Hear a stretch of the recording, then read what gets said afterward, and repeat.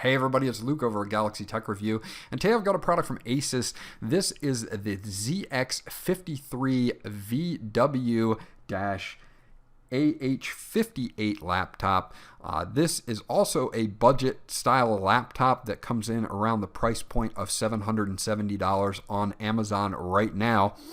You can pick this up on sale sometimes. As far as Black Friday went, I believe this was on sale for $640 at one point, but the normal price is about $770. Again, it is the ZX53VW laptop AH58, and you can check it out on Amazon. I'll have that link in the description below. Now, last month I went over an Acer laptop, the 575G series, 53VG and the 57D4, which all come in at about $550 plus tax, will put you up to about $590. So I wanted to see what the step above that would be without breaking the bank. We're still sub $800 here, and this has some beefier specs than the Acer. So I'm kind of trying to take it a little step above without going over that $1,000 mark for people that want to get into a gaming laptop and not break the bank. Inside the box here, you're going to have an AC adapter. This AC adapter is 100 to 240 volts, 50 to 60 hertz at 2 amps. And the output is going to be 19 volts at 6.32 amps. Now, if you take a look at this AC adapter, it is a little bit bigger, obviously, than the one that we saw with the Acer. In the other compartment, they just give you the second half of it. It is a tri-prong to tri-prong plug-in for this adapter. That's gonna, the specs in this are a little bit higher, so it's going to be a little bit beefier. Now, they do give you the mounting screws in case you want to mount a second hard drive. I have already done that in this model. I will show you that in a new review or another review so that you guys can see how to upgrade that as well. Your warranty form and information, and that's pretty much all they give you in the box. So again, minimalistic packaging, a little bit nicer than the Acer packaging by ASUS. So if we take out the laptop here, it's got a red and black finish, but it's not so over the top that it's screaming gamer or anything like that. It is a plastic base, and it will attract fingerprints, as you can see, but overall very nice, much more attractive than the Acer model. And as we open it up here, I'll show you guys some of the things that I like aesthetically about this versus the Acer model as well. You can see that there is some minimalistic red accents here on the sides, and then of course you have your keyboard, which is also backlit with 3 levels of brightness, that is also red accented as well. So with that, people were reporting that they were having problems with the trackpad and a few other things. I did not have any problems with my trackpad. This trackpad is very responsive. No problems whatsoever with the clicking or it double registering clicks or not being responsive enough or anything like that. Now, inside this laptop, we get several advantages over the Acer model, which I'll go over in just a second. You get a 15.6 inch, same display as or size display as the Acer model and other 15.6 inch laptops. It is an IPS display.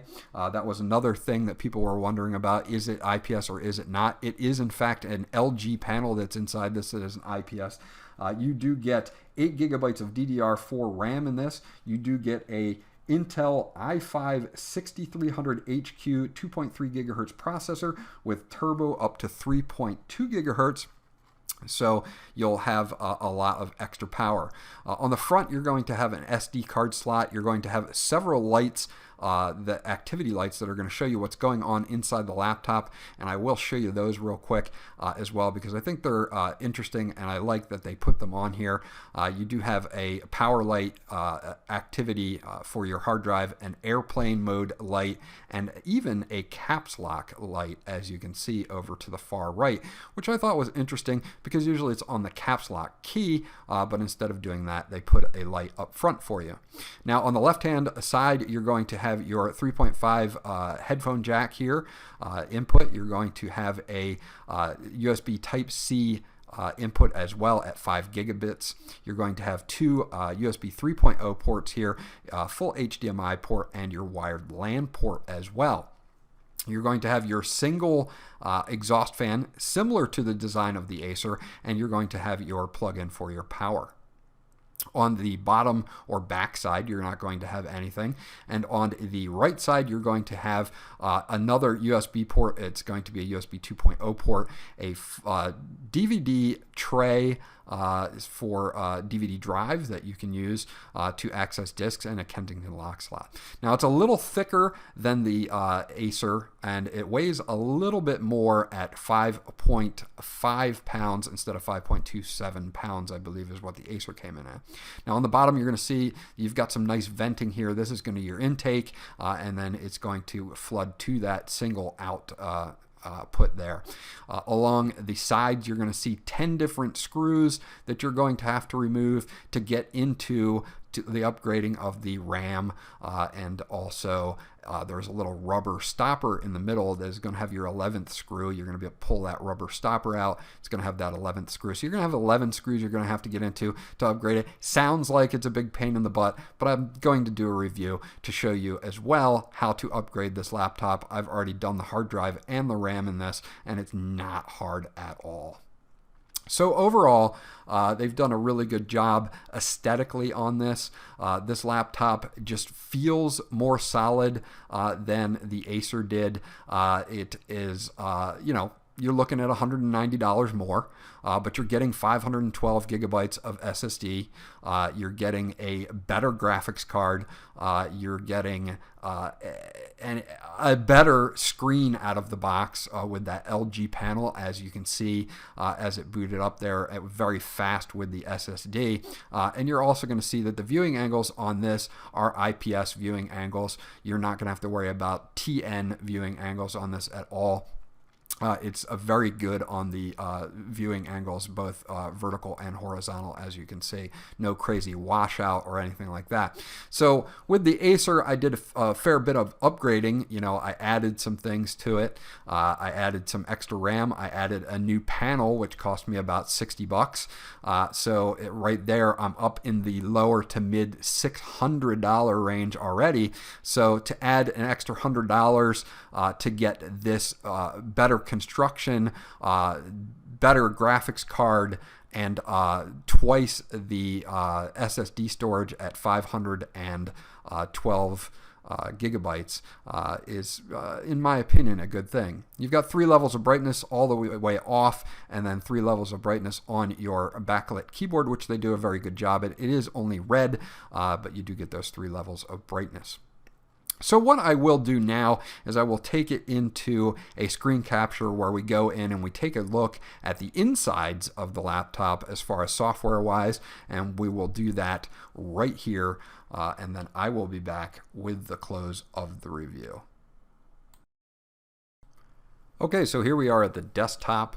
It's a very minimal desktop, by the way. We're going to use a program that is geared to just show us our, it's HW Info 64.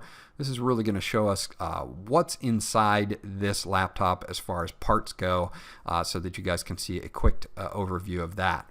Now, obviously, we have our Intel i5-6300HQ. The important thing about this is that it is a 4-core processor, not a 2-core and then a 2 virtual core processor. This is a true 4-core processor. It's got a TDP of 45 watts, which is going to take a hit on the battery compared to, say, that Acer model that I went over with the 7200U. That sits at about 30 TDP, so be aware of that. You're also going to have your built-in Intel HD Graphics 530 graphics card. Taking a closer look at the i5-6300HQ, again, your base clock is going to be 2.3 gigahertz. It's going to have a turbo clock of up to 3.2 gigahertz. You are going to have that 45 watt TDP, so it's going to suck a lot more power than that new Kaby Lake 7200U does. but it also has 4 cores as well, so you are going to have a lot more processing power than that 7200U did in the in the other model there. It does have 6 megabytes of L3 cache too that do help out. Now, if we take a look at the memory, we're going to be looking at the Samsung module because that's the one, the 8 gigabytes that comes with it. I added the SK Hynix to make it 16 gigabytes, but it is all 8 gigabyte PC4 17,000 DDR4 RAM at 2332 or 2333. That is your base. That is what's going to work. The only thing you need to make it work with a second one is another DDR4 2132 PC4 17,000 stick, and you can just put it in the extra bay there, and it'll be running in dual channel. So that's what I did with that. Now, you do have 2 graphics cards as you did on most models here. The HD 530 that's been around for quite some time with Skylake. And then, of course, we have our GTX 960M, which is 4 gigabytes of GDDR5 SDRAM, so that you know that it is GDDR5, not 3. You don't have to worry about that. And does very well. It's got 128-bit bus instead of a 64-bit on the 940MX. It has 640 shaders versus 512 on the 940MX as well. So these are all advantages that you're getting in this graphics card over the 940MX for just about $190 more for this model versus the one that I reviewed last month. Now the monitor, again, people were saying, is this an IPS panel? This is a LG LP156 WF6 SPB6, and it is indeed a IPS display. It has viewing angles of 80, 80, 80, and 80. So not quite 85, but as you saw, it was no problem. It is definitely not anything like that TN panel that was stock in the Acer, which had like a 20-degree on the down angle that you saw. Everything got washed out almost instantly. On this, it's 80, 80, 80, and 80, and it's really solid. They did a great job on this using an LG display in this laptop. Now, here is your 512 gigabyte SSD drive. I'm not quite sure of the actual manufacturer on this. I will look into that, and I'll probably put it down in the section below, but there is your model number there, and it is indeed a 512 gigabyte M.2 SATA drive. Does excellent, very fast. I put in this 240 gigabyte drive as I did in one of my other videos, and of course there's your DVD drive as well that you get. Now if you're not a big fan of DVD drives, you can always remove the DVD drive and put in another drive tray and put in a third drive if you wish to. Audio is just your Intel Skylake PCH audio. The network has a LAN. Your wired LAN is Realtek, which is pretty decent enough. And you do have Intel dual band wireless AC 7265 chipset in here. It's a 2x2. Will support 5 gigahertz networks. I've been getting great speeds on my 5 gigahertz Wi-Fi here at the house. And as we take a look at the battery, this is the battery tab, and what's going to happen here is we're going to know that it's an SDI battery, and it is 48,240 milliwatt hours, which is pretty beefy, but the specs on this laptop just overpower this particular battery. You're only going to get about an hour to an hour and a half of gaming time on this, and maybe 4.5 hours of general usage, which is pretty low compared to some other models. So that was the only con I could find with that. If we go into the system tab here, you're going to see that this is using the model number says that it's a GL553VW. The difference between that model and this model, which is totally different, is just the case that the laptop comes in. The internal guts of the GL553VW are the exact same as this model. So I hope that clears that up for you. It is Signature Edition, so you're not going to have to worry about any bloatware, and that's pretty much it. I hope that information helps you out. I'm going to take this to the close of the review. So that's my review of the ASUS ZX53VW-AH58. And I think for the extra $190, you're getting a lot of power, you're getting a better processor, you're getting a better video card, you're getting a better typing experience with the keyboard, in my opinion. And the LG panel that comes stock in this is IPS with great viewing angles. So overall, you're getting a lot for that $190. The only con that I found was that battery life isn't up to par or average, but that's about the only con that I could really come up with. So if you're plugged in most of the time, you're not going to have to worry about that.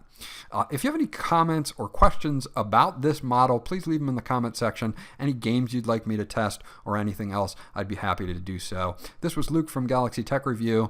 Remember to like and subscribe, and I will check you guys out on the next video.